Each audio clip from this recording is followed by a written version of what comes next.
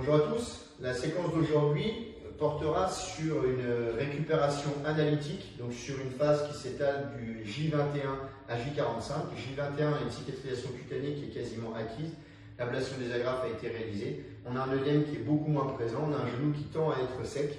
On va récupérer les amplitudes articulaires pour tendre progressivement vers 120 degrés de flexion et surtout un zéro en extension.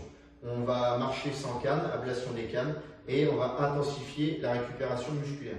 Alors là où ça va être intéressant, c'est qu'on va pouvoir commencer à travailler sur une contraction en chaîne ouverte au niveau du quadriceps en isométrie à 0 degré, mais on va surtout pouvoir intensifier le travail en bipodal en chaîne fermée sur du travail de renforcement musculaire et initiation à la proprioception. L'intérêt pour cela, c'est qu'on va pouvoir s'intéresser aux muscles de la hanche, aux muscles stabilisateurs de la hanche, notamment le moyen fessier. On va pouvoir renforcer le quadriceps si on n'a pas eu un prélèvement au niveau du tendon rotulien. Et au niveau des ischio-jambiers, on va pouvoir travailler sur du renforcement musculaire, débuter les étirements si ça a été une greffe au niveau du tendon rotulien, si ça a été une greffe au niveau des ischio-jambiers, donc avec une technique en DIDT ou un TLS. Il va falloir qu'on attende encore quelques semaines pour pouvoir mettre en tension.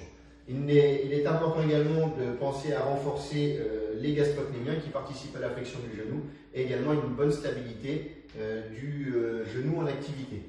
L'exercice qui est proposé dans la continuité de ce qu'on a vu tout à l'heure, donc de la rééducation au post-opératoire précoce, c'est de majorer la flexion pour atteindre progressivement un 120 degrés analytique avec l'utilisation des pads. Donc on va repositionner nos mains ici et on va majorer donc le mouvement de flexion puisqu'on a augmenté la flexion dorsale de cheville. Voilà. Et donc là, on va tendre progressivement vers 100-110 degrés de flexion. Voilà. Donc tout se passe au niveau de l'articulation du genou. Ça ne déclenche pas de douleur, c'est relativement doux et le patient va être pris dans ses objectifs et va pouvoir se faire mobiliser tranquillement. Ça, c'est la première étape. La deuxième étape, nous allons la voir dans la vidéo suivante.